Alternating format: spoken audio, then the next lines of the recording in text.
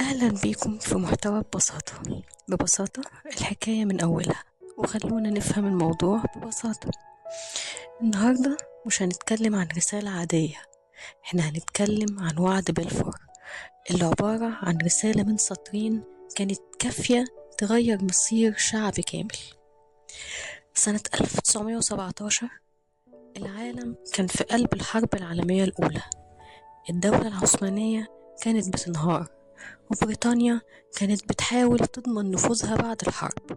والشرق الأوسط بالنسبة لبريطانيا كان عبارة عن موقع استراتيجي وطريق بيوصل للهند وبوابة لقناة السويس. ومن هنا بدأت سياسة الوعود. وزير الخارجية البريطاني آرثر جيمس بلفور كتب رسالة لزعيم الحركة الصهيونية اللورد روتشيلد. الوعد قال إن بريطانيا تنظر بعين العطف إلى إقامة وطن قومي لليهود في فلسطين. طب نوقف شوية هنا. بريطانيا كانت بتوعد بإيه؟ كانت بتوعد بأرض مش ملكها لشعب مش ساكن فيها على حساب شعب موجود فعلا. فلسطين وقتها كانت أرض عربية وسكانها فلسطينيين وتحت حكم الدولة العثمانية، يعني أرض مش ملك بريطانيا ووعد من غير أصحاب الأرض. طب ليه بريطانيا عملت كده؟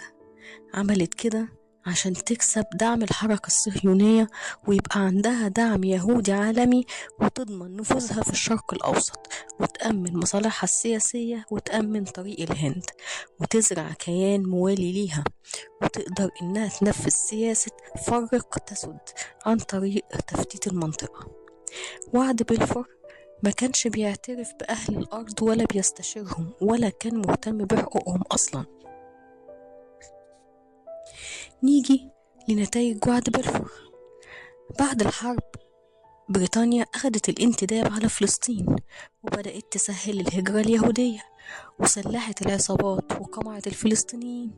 ومن هنا بدأت الصدمات، وبدأ مشروع زرع كيان غريب في المنطقة. الوعد ده كان واقع دموي وبداية مأساة فلسطين اللي لسه بتعاني منها لحد النهاردة، وكان أساس الصراع العربي الإسرائيلي ومثال واضح على الاستعمار السياسي. وعد بلفور علمنا إن الكلمة أخطر من الرصاصة لما تتكتب من غير عدل. وعد بلفور ما كانش مجرد رسالة سياسية، كان لحظة اتكتب فيها ظلم على ورق وتحول مع الوقت لواقع دموي عايشينه لحد النهاردة. التاريخ هنا بيقول لنا إن الكلمة لما تطلع من غير حق بتبقى أخطر من السلاح، وإن الأرض اللي اتوهبت في رسالة كان ليها أصحاب، ولسه أصحابها بيدفعوا الثمن لحد النهاردة. والوعد ده كان بداية جرح لسه ما قفلش.